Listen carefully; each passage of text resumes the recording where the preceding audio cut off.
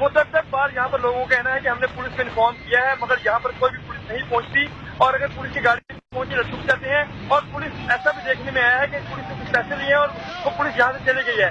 یہاں پر لڑکیاں کافی پریشان ہیں اور یہاں پر جو ٹریفک وارڈنز ہیں وہ بھی پریشان ہیں کہ ٹریفک جام ہو جاتی ہے جب یہ لڑکے یہاں پر آتے ہیں۔ مگر سب سے حیران کن بات یہ ہے کہ پولیس جو لاہور شہر ہے یہاں پر بھی منزلوں کو کنٹرول کرنے میں ناکام ہے، اور لڑکیاں یہاں پر بے بس دکھائی دی، کئی لڑکیاں ایسی بھی دیکھنے میں آئی جو رو پڑی، مگر لڑکے جو ہیں وہ اپنی شرارتوں سے باز نہیں آئے، اور ایسا جو یونیورسٹی کیمپس پل ہے اس کے قریب بھی لڑکے کھڑے ہیں اور ایسی شرارتیں کر رہے ہیں۔ جی ہمارے عدالتی احکامات، ایک جانب ہمارے عدالتی احکامات اور دوسری جانب ہمارے جو انٹلیکچوئلز ہیں ان کے بیانات، اور پھر اس کے جو نتائج ہیں وہ بھگتنے پڑ رہے ہیں نقاب اوڑھے حجاب میں پھرتی ہوئی بچیوں کو یا خواتین کو۔ اس پر بات کرتے ہیں اوریہ صاحب سے۔ اوریہ صاحب کیا ہے؟ آسما جہانگیر صاحبہ کی اپنی بیٹی تو چاہتی ہے گاڑی میں، اس کو کوئی گنڈا پھول نہیں دینے آتا، وہ تو گاڑی سے اترتی ہے اور کل کہہ دے گی کہ میری جان کو خطرہ ہے، اور ہوم ڈپارٹمنٹ اس کو اسکارٹ بھی دے دے گا۔ جی بالکل۔ آسما جہانگیر صاحب کہہ دیں گی تو ان کو ہوم ڈپارٹمنٹ اسکارٹ دے گا، میری جان کو خطرہ بڑی جلدی آ جاتا ہے، سب کو آ جاتا ہے، پتہ نہیں کیوں آ جاتا ہے۔ ہم ساری زندگی، میں زندگی میں 9 سال ڈپٹی کمشنر رہا ہوں، میں نے زندگی میں کبھی ایک دن بھی اپنے ساتھ گارڈ نہیں گھمایا۔ جار محمد رند تھے، اس کے ایک سالہ تھا، ان کو قتل ہو گیا، ہم نے پکڑنے کے پیچھے گئے، پکڑ لیا، جیل توڑ کے بھاگ گئے۔ جی مجھے لوگوں نے کہا کہ جی آپ اکیلے جاتے ہیں سبی سے کوئٹہ، آپ گن مین لے لیا کریں۔ میں نے کہا جو مرا ہے گن مین سمیت مرا ہے، اکیلا کوئی نہیں مرا۔ بالکل ٹھیک۔ پہلی بات تو یہ ہے، اللہ کا لاکھ لاکھ شکر ہے کہ مسجد کا خطیب بہتر ہوتا ہے۔ اگر وہ واقعی اپنی ذمہ داری ادا کر رہا ہے تو 1400 سال سے مسجد ہمارے ہاں بنیاد ہوتی تھی انصاف فراہم کرنے کی۔ جی ہاں، ہمارے سارے فیصلے عدالتوں میں اترے ہیں، اور قانون پڑھاتی ہیں ہم نے قانون نہیں پڑھا ہوا۔ آپ مجھے یہ بتائیے کہ پبلک ڈیسنسی اور اس ڈیسنسی کو پریویل کرانے کے لیے اور انڈیسنٹ ایکسپوجر کو روکنے کے لیے کیا پی پی سی کی دفعات نہیں ہے؟ کیا انڈیسنٹ ایکسپوجر جو ہے اس کے اوپر دفعہ نہیں لگتی؟ کیا عدالت کا کام صرف اور صرف یہ ہے کہ 4 بیٹیوں کے نقاب کھینچے جائیں اور ان کو اس طرح پھول پیش کیے جائیں؟ کیا یہ آسما جہانگیر کی بیٹیاں نہیں تھیں صرف اس لیے نہیں تھی کہ انہوں نے نقاب پہنا ہوا تھا، اور پھر عدالت کہے کہ اب میں ان گنڈوں کو سزا دیتی ہوں؟ کیا پاکستان کی عدالتوں میں جو سو موٹو ایکشن لکھا ہوا ہے قانون سے، آئین سے کھرچ کے پھینک دو یار؟ کیوں رکھا ہوا ہے تم نے آئین میں سو موٹو؟ آرٹیکل 184(3) اور آرٹیکل 199(1) کیوں رکھا ہوا ہے تم نے؟ اس لیے رکھا ہوا ہے کہ کل کو اس طرح کی جو کوئی حالت ہو وہ خراب ہے۔ آپ گھر میں مناؤ ویلنٹائن، میرے دروازے پہ مت مناؤ یار، میرا دروازہ مقدس ہے۔ بالکل ٹھیک۔ ہر اس مسلمان کا دروازہ مقدس ہے، ہر اس گلی پہ آسما جہانگیر کا نہیں حق، میرا بھی حق ہے اتنا ہی۔ میرے دروازے کے سامنے بے حیائی اور فحاشی مت پھیلاؤ، اپنے گھر میں پھیلاؤ، ہم نہیں روکیں گے، جو مرضی کرو، جتنا کچھ کرو، اسلام میں بھی نہیں رکتا۔ عمر ابن خطاب کود کے گھر میں گئے تھے، انہوں نے کہا تمہارے گھر میں یہ مسئلہ ہو رہا ہے، انہوں نے کہا عمر تم کس کی اجازت سے اندر آئے ہو؟ تم گھر میں ویلنٹائن بناؤ، جو مرضی کرو، میرا دروازہ اور آسما جہانگیر کا دروازہ برابر سانجا ہے، اس دروازے کے باہر مت کرو، اس دروازے میں فحش مت پھیلاؤ۔ تم نے ٹھیکہ لے لیا ہوا اس ملک کو اس طرح کی صورتحال کا دوچار کرنا کہ کلمہ چوک میں حجاب والی لڑکی کے پھول پیش کیے جا رہے ہیں۔ افسوس کی بات، ہم سب کی بیٹیاں گاڑیوں میں جاتی ہیں، آپ کی بیٹی بھی گاڑی میں جاتی ہے، میری بیٹی بھی گاڑی میں جاتی ہے، لیکن اس کا کیا قصور ہے جو رکشے پر کھڑی ہے، جس کو تم نے اور تم جیسے لوگوں نے شے دے کے کہا کہ پھول پیش کرو ویلنٹائن کے تاکہ تم اس معاشرے کو مغرب زدہ کر سکو؟ کیا توہین عدالت کے زمرے میں آتا ہے یہ بیان؟ یہ عدالت جانے، لیکن میں سمجھتا ہوں اگر انہوں نے جج کو خطیب کہا ہے مسجد کا تو انہوں نے جج کی عزت افزائی کی ہے۔ مسجد کا خطیب ہر اینگلو سیکسن قانون کے تحت حلف اٹھائے ہوئے جج کے برابر، اس سے مقابلے میں زیادہ بہتر، زیادہ عزت دار اور زیادہ معزز رہا ہے 1400 سال کی تاریخ کے اندر۔ بالکل ٹھیک ہے، بالکل ٹھیک ہے۔ ناظرین یہاں وقت ہوا ایک بریک کا، بریک کے بعد جب واپس آئیں گے تو ہم بات کریں گے ملک کے 3 بڑے شہروں کے ہوائی اڈے، ان کی نجکاری کا فیصلہ ہوا ہے، کیا اب ہمارے پاس بیچنے کے لیے یہی کچھ بچا ہے؟ ایک بریک کے بعد۔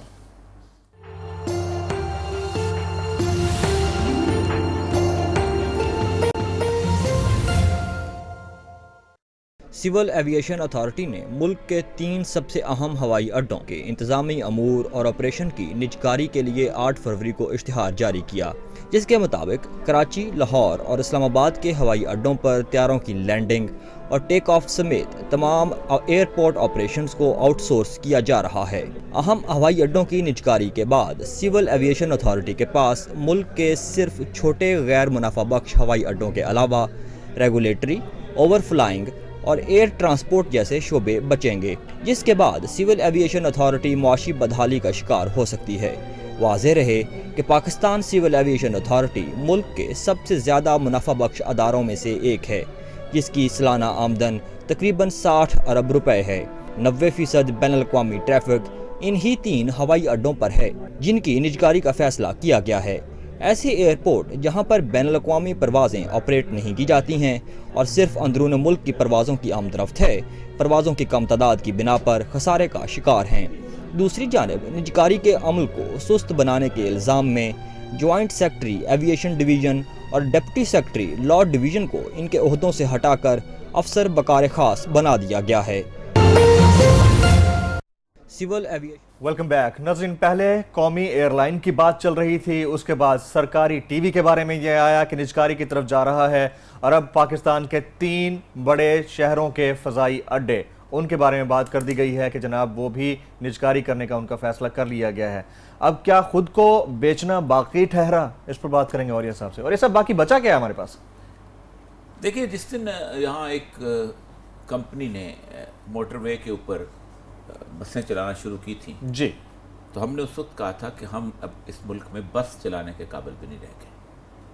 بس چلانا جو ہے یہ بڑے عرصے سے ہمارے ہاں چل رہی تھی، طویل عرصے سے چلتی تھی جی۔ یہ نیو خان کی بسیں ہوتی تھیں ہمارے گجرات سے، منٹھار بہت ساری تھی، جی جی، بڑی بڑی زبردست کمپنیاں ہوتی تھیں جو چلایا کرتی تھیں جی۔ پھر پاکستان میں مجھے اچھی طرح یاد ہے کہ میں 60s میں پہلی دفعہ لاہور آیا تھا اپنے گجرات شہر سے، اٹ واز 65 اور 6، تو لاہور شہر میں ڈبل ڈیکر بس چلتی ہوتی تھی، ٹھیک، جس کا اب آ کے انہوں نے ٹورزم کے حساب سے شروع کیا۔ جب میں یونیورسٹی میں پڑھتا تھا تو 27 نمبر بس جو تھی وہ چلتی تھی بھاٹی سے اور یونیورسٹی جاتی تھی، یونیورسٹی ہاسٹل۔ اس میں عام بسیں بھی تھیں اور ڈبل ڈیکر بس بھی تھی، اور اس کے اوپر کا جو حصہ تھا ڈبل ڈیکر بس کا، وہاں بیٹھ کے بڑا لطف آتا تھا سفر کرنے کا۔ عموماً یونیورسٹی کی بس بہت آرام دہ ہوتی تھی، لیکن جب کبھی ڈبل ڈیکر بس آ رہی ہوتی تھی تو ہم یونیورسٹی کی بس میں نہیں جاتے تھے، اس میں جاتے تھے۔ اتنا شاندار یہ سسٹم تھا ہمارے ملک میں۔ اصل میں نا لوگوں کو تصور دے دیا گیا ہے کہ پاکستان کے اندر جمہوریت کا پہیہ چلتا رہے، بے شک اس پاکستان کے عوام کی کمر توڑ دی جائے، ان کی کھال ادھیڑ دی جائے، سب کچھ کر لیا جائے۔ یہ سب کچھ ایوب خان پیریڈ میں تھا۔ آپ کو میں بتاؤں جی کہ 1960s میں ڈیولپمنٹ اکنامکس کی جتنی بھی کتابیں ہیں جو دنیا میں پڑھائی جاتی تھیں ایز اے کورس، اس کے اندر پاکستان کے گرین ریولوشن کو ایز اے ڈیولپمنٹل ماڈل کہا جاتا تھا۔ ایگریکلچر کی بات نہیں، اوور آل ڈیولپمنٹ ماڈل میں گرین، پاکستان گرین ریولوشن، اچھا ڈیولپمنٹ ماڈل، میکسی پارک آئی تھی، ایری پارک آئی تھی، انڈسٹری لگ رہی تھی، بوم پیریڈ تھا، اور اس دور میں ایوب خان کے دور میں 1 ارب بھی قرضہ نہیں تھا اس ملک کے اوپر۔ 1 ارب ڈالر سے بھی کم کہیں قرضہ بنتا ہے، ملینز میں تھا، کچھ زیادہ نہیں تھا، وہ بھی ایک جو روٹین میں لینے پڑتے ہیں کبھی کبھی مشینری کی ایکسپورٹ کے چکر میں، ادروائز مقروض والی صورتحال نہیں تھی۔ ٹھیک، یہ انہوں نے شروع کیا۔ بھٹو صاحب آئے، انہوں نے بینک ہضم کیے کہ جب آپ بینک نیشنلائز کرتے ہیں تو آپ کو اچانک اس قوم کا پیسہ آپ کے ہاتھ آ جاتا ہے، اور پھر آپ اس کو انٹرنل لون کے طور پر یوز کرتے ہیں، یہ نیشنلائز کرو یہ، اور پھر اس کے اندر تو اس طرح نیشنلائزیشن ہوئی ہے کہ اگر اس کی کوئی بھٹو صاحب کے کوئی دشمنی تھی نا کسی چاول والے کے ساتھ، جی تو شیلر نیشنلائز۔ اب دیکھیں شیلر کیا ہوتا ہے، چاول نکالتے ہیں، جی جی، اور چاول لے کے اس کے ساتھ نا اس کا صاف کرتے ہیں اور تھوڑا سا چاول کو پالش کرتے ہیں۔ جی، بھٹو صاحب نے نیشنلائزیشن کے چکر میں یہ بھی نیشنلائز کر دیا تھا۔ اس کے ساتھ عموماً پانی جو کہ دھوتا ہے اس کو، حکمرانوں کے ذاتی مفادات ہوتے ہیں، آپ یہ کہہ رہے ہیں؟ نہیں، نشہ، حکمرانی کا عجیب و غریب نشہ، اچھا کر دیا۔ اس کے بعد یہ دور آیا، زیادہ کے بعد دوبارہ جب دور آیا تو بھٹو کی بیٹی نے انہیں نیشنلائزیشن شروع کر دیا اپنے باپ کی پالیسی کے، پہلے وہ خلاف اگینسٹ چلے گئے۔ ٹھیک ہے، پھر تباہی کا ہمارا آغاز ہو گیا، اور ہم نے ہر اس چیز کو بیچ کھانے کی کوشش کی ہے کہ جس کو کسی طور پر بھی کوئی منافع مل رہا تھا، گھی کارپوریشن بیچ دو، فلانا بیچ دو. اچھا پہلے تو ایسی آرگنائزیشن جہاں سے پروفٹ نہ آ رہا ہو ان کی نیشنلائزیشن کا تو سمجھ میں آتا ہے. جو پروفیٹیبل آرگنائزیشن ہے جیسے سی اے اے سول ایویشن اتھارٹی، تو یہ اب آپ کیا کر رہے ہیں؟ آپ کا کیا مطلب ہے کاروباری آدمی بیوقوف ہوتا ہے؟ قطعی طور پہ نہیں ہوتا. وہ تو ایسا ہاتھی لے گا نا کہ جس ہاتھی سے اس کو سواری لے، یا ایسی بھینس لے گا جو دودھ دیتی ہو. جی بالکل. جو دودھ نہ دیتی ہو کاروباری آدمی کیوں لے گا؟ اور کاروباری آدمی ان کے دوست ہوتے ہیں ہمارے سیاستدانوں کے. اب گورنمنٹس کی جب گاڑیاں بکتی ہیں تو بڑا کمال ایک طریقہ کار ہوتا ہے. جی وہ گاڑیاں ایک جگہ کھڑی کی جاتی ہیں، ان گاڑیوں میں سے مثلا آپ نے گاڑی خریدنی ہے، میں ایک سرکاری افسر، جی جی جی جی میں آپ کو اندر کی بات تو میں آپ کو کہوں گا جمیل صاحب کبھی کبھی آئے نا تو آتے ہوئے ایک پرانا ٹائر لے آئیے گا. اچھا وہ آپ پرانا ٹائر اس میں فٹ کریں گے، نیا ٹائر نکال لیں گے. یار 2-3 سٹیئرنگ لے آئیے گا. جی آپ ایک سٹیئرنگ لگائیں گے، 2-3 گاڑیوں میں لگا دیں گے، پرانے نئے والے نکال کے لے جائیں گے. رائٹ. یار کوئی کلا سرا انجن بلال انجن ملتا ہے وہ لگا لینا. اب ہوگا یہ کہ جب آپ اس کو آکشن کرنے پہ آئیں گے نا جی تو سارا سامان تو آپ کے پاس پڑا ہوگا، سب اچھی چیزیں نکال لیں گے. جی اب اس کی بولی کم لگے گی. ٹھیک ہے، آپ اگر بولی میں زیادہ لے کے لے جائیں گے تو آپ گھر گاڑی لے جائیں گے اور وہ سامان اس میں فٹ کر دیں گے. بالکل ٹھیک. جو 70 لاکھ کی گاڑی یا 50 لاکھ کی گاڑی تھی وہ اگر 5 لاکھ میں بک رہی ہے تو آپ اس میں سامان جب لگائیں گے تو واپس 30 لاکھ کی ہو جائے گی. بالکل ٹھیک. یہی کیا جاتا ہے نجکاری کے سارے پروسیس کے اندر. پہلے اس کو ایک خاص لیول پہ نان پروڈکٹیو دکھایا جاتا ہے. اسٹیل کے ساتھ یہی ہوا، اسٹیل کے ساتھ یہی ہوا، پی ٹی سی ایل کے ساتھ یہی ہوا. اب پی ٹی سی ایل کی قسطیں پے نہیں تو ریڈیو اور سرکاری ٹی وی کی بات چل رہی ہے سر. حالت یہ ہے کہ نواز شریف کی حکمرانی کا ایک اور شاندار نمونہ جو ہمیشہ ہوتا ہے جی کہ جو بیوروکریٹ ان کی مخالفت کرتا ہے اس کو او ایس ٹی لگا دیتے ہیں اور نکال دیتے ہیں. لاء کے ڈپٹی سیکرٹری نے اس کے خلاف کہا کہ نہ کرو. 8 فروری کو اشتہار ہے، کراچی کا ایئرپورٹ، لاہور کا ایئرپورٹ اور اسلام آباد کا ایئرپورٹ. اب کیا کریں گے؟ وہ ایوییشن کی جگہ پہ کیا 4 بندے نئے لے کے آ جائیں گے؟ بالکل نہیں. یا تو یہی لوگ ہوں گے اور ان کو ایک ہائر اینڈ فائر کا رول دے دیا جائے گا. وہ اس کو نکالیں گے، اس کو رکھیں گے، 4 بندے اپنے لا کے آ جائیں گے. یا تو کوئی عرب شیخ آ جائے گا وہاں پر، یا کوئی اپنا چودھری آ جائے گا، یا کوئی عرب شیخوں کا شکار کرانے والا آ جائے گا. جی جو اس کو شکار کراتا ہے وہ آ جائے گا. یا عرب شیخ نہیں آئے گا تو کوئی باہر سے اور کوئی ٹرکی ورکی سے آ جائے گا. رائٹ. اور نہیں تو کوئی ترکی، کوئی دبئی کی فرم جس میں کوئی ستیش آنند یا کوئی متل کا کوئی شیئر ہوگا وہ آ کے. اب مجھے سمجھ نہیں آتی کہ ایوییشن جو ہے یہ بنیادی طور پر پاکستان کی ایوییشن جو ہے اٹس ناٹ اونلی بار بار کہہ رہا ہوں یہ کمرشل نہیں، یہ آپ کی ڈیفنس پرپس کو بھی سرو کرتا ہے. بالکل صحیح ہے، بالکل صحیح ہے. آپ کی انسٹالیشنز ہیں وہاں. جی اب ساتھ اب دیکھیں بیسز ہے نا، بیسز ہیں ساتھ چل رہا ہے چکلالہ کا. جی جب اے ٹی سی ان کے کنٹرول میں ہوگی، جی جب اے ٹی سی کی سیاسی فرم کے پاس ہوگی، جب ہینڈلنگ ان کے پاس چلے جائے گی تو ہوگا کیا؟ اور یہ سینٹ کی رپورٹ ہے، آپ اندازہ کریں 8 فروری کو اشتہار چھپا ہے. اچھا 8 فروری کو اشتہار. دوسرا سینٹ کے اندر جو ایک کمیٹی کے وقفہ سوالات میں ایک اور بات آئی ہے کہ 34 بینک میں سے 19 بینکوں نے مارچ 2010 میں جو قرضے فراہم کیے تھے ان میں سے 4 ارب 65 کروڑ 30 لاکھ روپے کے قرضے معاف کر دیے ہیں. سر تہاڈا ساڈا قرضہ تو کوئی نہیں معاف کردا.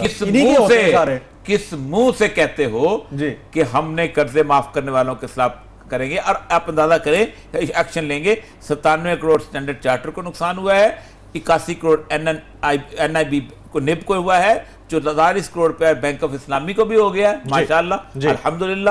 الحمدللہ. وہ اس لیے کہ اسلامک بینک میں یہی اسلامک بینک کا طریقہ یہی ہے کہ سود پہ رقم حاصل کی تو 27% منافع ہوا اور بینک الاسلامی میں رکھی تو اللہ کے فضل و کرم سے 27% منافع ہوا. اتنا فرق ہے، بس اللہ کا فضل و کرم شامل ہے، اللہ کے فضل و کرم کا فرق ہے. بالکل ٹھیک. بینک اسلامی کو 54 کروڑ روپے کا جو ہے ان کو.